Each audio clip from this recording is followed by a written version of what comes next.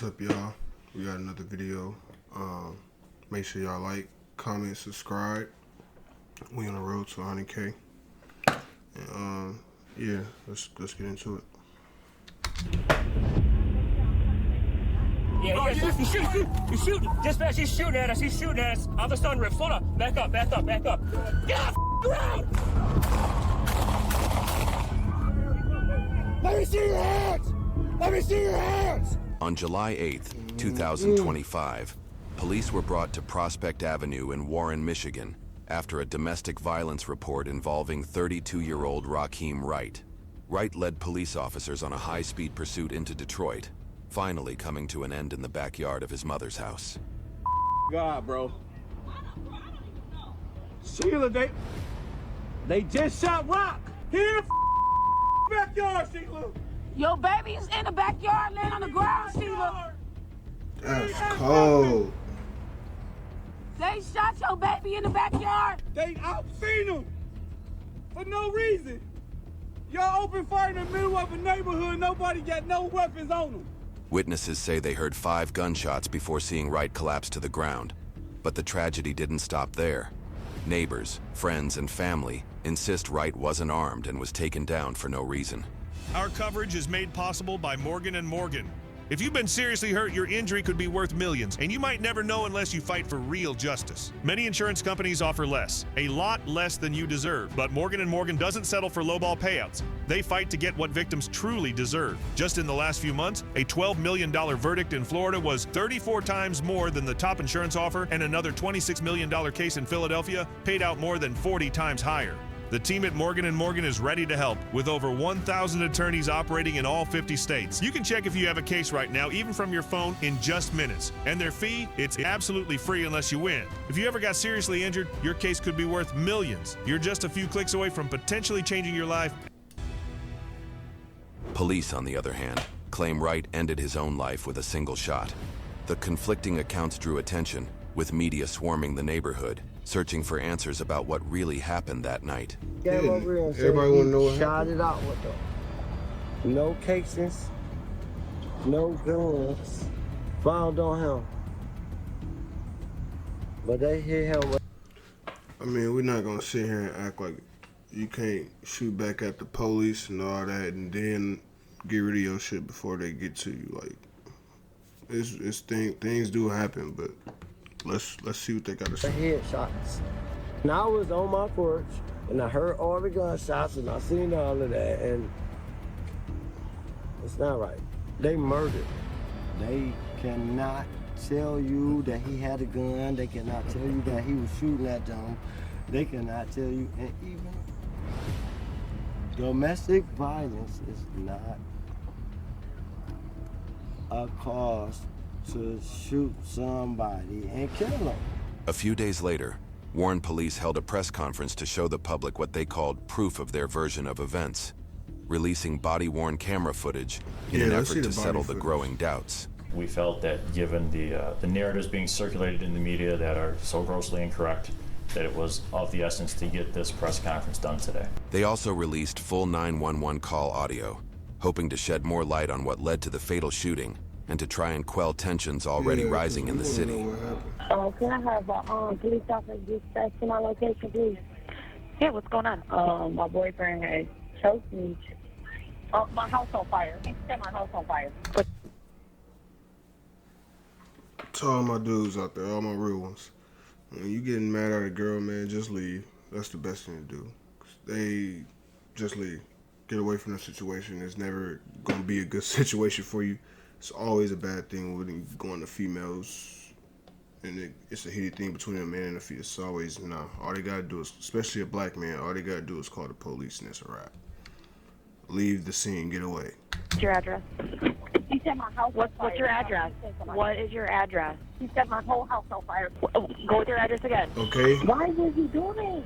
250 David 50 David 51. If you can head for a 1016 at Prospect. Got a female saying that her boyfriend is trying to set the house on fire. There is an alarm going off in the background.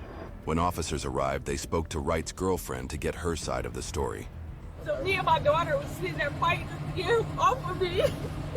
And then I finally got him off of it, and I had walked to the kitchen. I gave him my phone, unlocked it, because that was the only way for me to get him away from me. And then that was my only chance to run out the door. And I got to running down the street, and he got to chasing after me like I'm out here making a scene. Bro, tripping. If everything she's saying true, he got to go to jail. That's he tripping. He out here on Texas Chainsaw Massacre, chasing her in the middle of the street and shit. Like, fuck. He ended up pulling his gun on me right down the street. Warren police provided surveillance video. I don't understand that. How could you be into it with your girl, your wife, your girl, whatever you say, a girl that you say you love? How could you pull a gun on her? I don't understand how people be doing that. Like, certain things people do when they get mad just don't make no sense to me. A gas station like, recorded earlier in the night before the confrontation that triggered the 911 call around 2:55 a.m.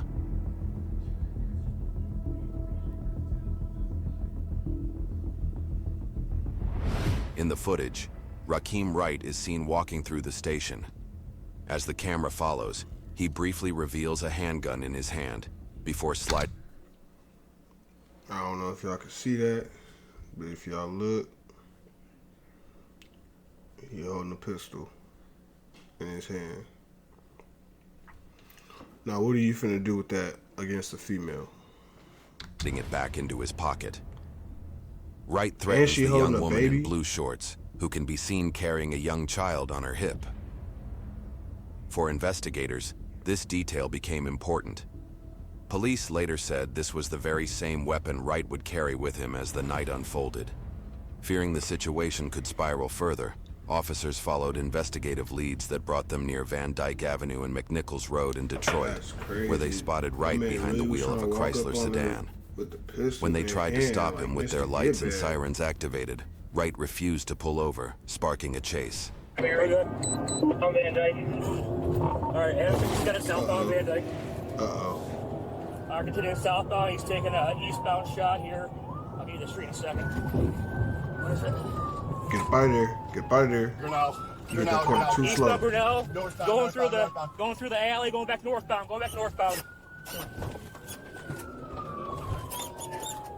Good. Oh, he playing with y'all. Northbound. All right, you better hit the corner and get up out of there. It's over with. No traffic. Get up out of there now. It's over with.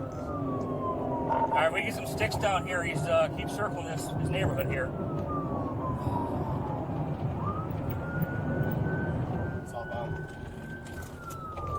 Southbound French. Southbound French. Yeah, there's another big Y'all car. slow. Y'all ain't catching up to him at all. He caught, but still, like, he taking too long. Big curve down here. By now, if you ain't got away from the police, it's over with. You caught. Running from the police is not something that's meant to be fun. That's something that's meant to be quick, fast, and in a hurry. If you don't get that shit done fast, your ass is grass. It's just a wrap. He knows it. He's fire shots. I can't. All right, hold on. Yeah, he's shooting. Oh, he blinking? Oh. Dispatch, he's shooting at us. Out the sunroof. Slow down. Back up. Oh, yeah, like you said, out the sunroof. Stand out the sunroof. Get the blinking at him. All right, so he's slow. Northbound. All right, he's going back northbound. Castle. Northbound Castle. He's running. He's running westbound. I'll tell you something. Get off the road! Oh.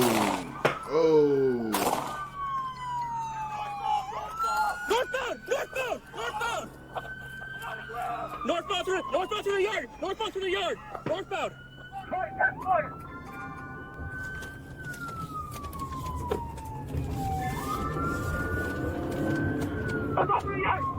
That's wild. Northbound to the yard. They ran northbound through the yard into the woods. Northbound to the yard, go with. Come on, now!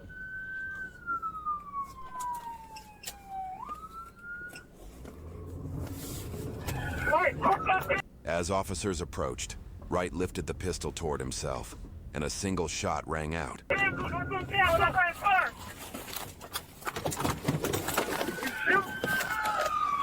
let me see your hands!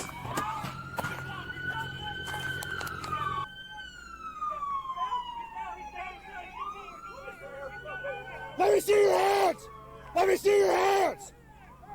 With that press conference, Warren police set the record straight and addressed what they called false media narratives, or blatantly incorrect narratives surrounding the incident. They stated that Wright's death was a direct result of his own actions involving a firearm. Rakim Wright had a history of previous arrests, including assault with a dangerous weapon, malicious destruction of property, and felony weapons charges. It was also noted that he had been arrested in Warren a year earlier for a domestic assault. In its immediate aftermath, the shooting set off division in the community and region over whether Wright had been fatally shot by police or if he'd turned the gun on himself and died of a self-inflicted wound. The videos that the department released appear to show Wright slumping to the ground after the final shot. Warren police said Wright had fired several shots at them from inside his car before he ran to near his mother's house, all while continuing to fire shots back toward police. Wright was later found with a single gunshot to the head in the backyard of the home and was pronounced dead at the scene. For exclusive clips and behind-the-scenes content, join us. Rest in peace to bro, but shouldn't have been crashing out on Shorty. Yeah, that's it. Yeah, that was wild. Make sure y'all like, comment, subscribe. I'm trying to find some more videos to keep posting. But yeah, we on the road to 100K. I'm gonna see y'all in the next video. That's my time. Y'all be safe.